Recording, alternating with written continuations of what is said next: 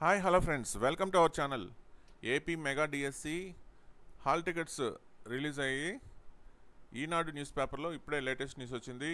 Mega DSC online పరీక్షలను June 6 నుంచి July 6 వరకు నిర్వహించేందుకు పాఠశాల విద్యాశాఖ ఏర్పాట్లు పూర్తి చేసింది. మొదట టీజీటీ, చివరిలో ఎస్జిటి పరీక్షలు రోజుకి 2 విడతలుగా నిర్వహణ. పీజీటీ, ప్రిన్సిపల్, పీడీలకు ఉదయం పూటే పరీక్షలు. న్యూస్ విషయానికి వస్తే మెగా డిఎస్సి ఆన్లైన్ పరీక్షలను జూన్ 6 నుంచి జూలై 6 వరకు నిర్వహించేందుకు పాఠశాల విద్యాశాఖ ఏర్పాట్లు పూర్తి చేసింది. ఇదే సమయంలో కేంద్ర ప్రభుత్వానికి సంబంధించిన నెట్ లాంటి కొన్ని పరీక్షలు ఉన్నందువలన మధ్యలో ఒక 5-6 రోజులు పరీక్షలకు అంతరాయం ఏర్పడే అవకాశం ఉంది. శుక్రవారం రాత్రి నుంచి ఆన్లైన్ ద్వారా హాల్ టికెట్లను అందుబాటులోకి తెచ్చారు. కూటమి ప్రభుత్వం 16,347 పోస్టులతో మెగా డిఎస్సి ప్రకటించిన సంగతి తెలిసిందే. రాష్ట్రానికి చెందిన వారితో పాటు ఇతర రాష్ట్రాల అభ్యర్థులు కలిపి మొత్తం 3,35,401 మంది ఈ పరీక్షకు దరఖాస్తు చేశారు.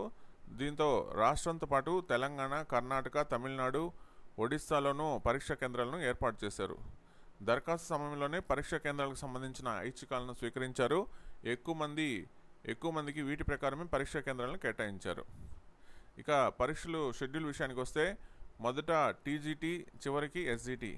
ఆన్లైన్ పరీక్షలను మొదట ట్రైన్డ్ గ్రాడ్యుయేట్ టీచర్స్ టీజీటీ అభ్యర్థులకు నిర్వహిస్తారు.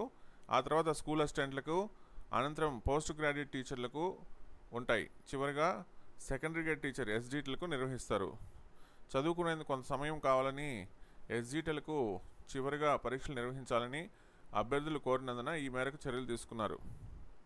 ఇక షెడ్యూల్ విషయానికి వస్తే డిఎస్సి పరీక్షలు ప్రతిరోజు 2 విడతలుగా నిర్వహిస్తారు. ఉదయం 9:30 నుంచి 12 దాకా, మధ్యాహ్నం 2 నుంచి సాయంత్రం 4:30 దాకా పరీక్షలు ఉంటాయి. ప్రిన్సిపల్, పీజీటీ, పీడీ పోస్టులకు పరీక్ష 3 గంటల పాటు ఉంటుంది. ఉదయం 9 గంటల నుంచి మధ్యాహ్నం 12 గంటల వరకు. టీజీటీ, పీజీటీ ప్రిన్సిపల్ అభ్యర్థులకు ఆంగ్ల భాష నైపుణ్య పరీక్ష ఉంటుంది.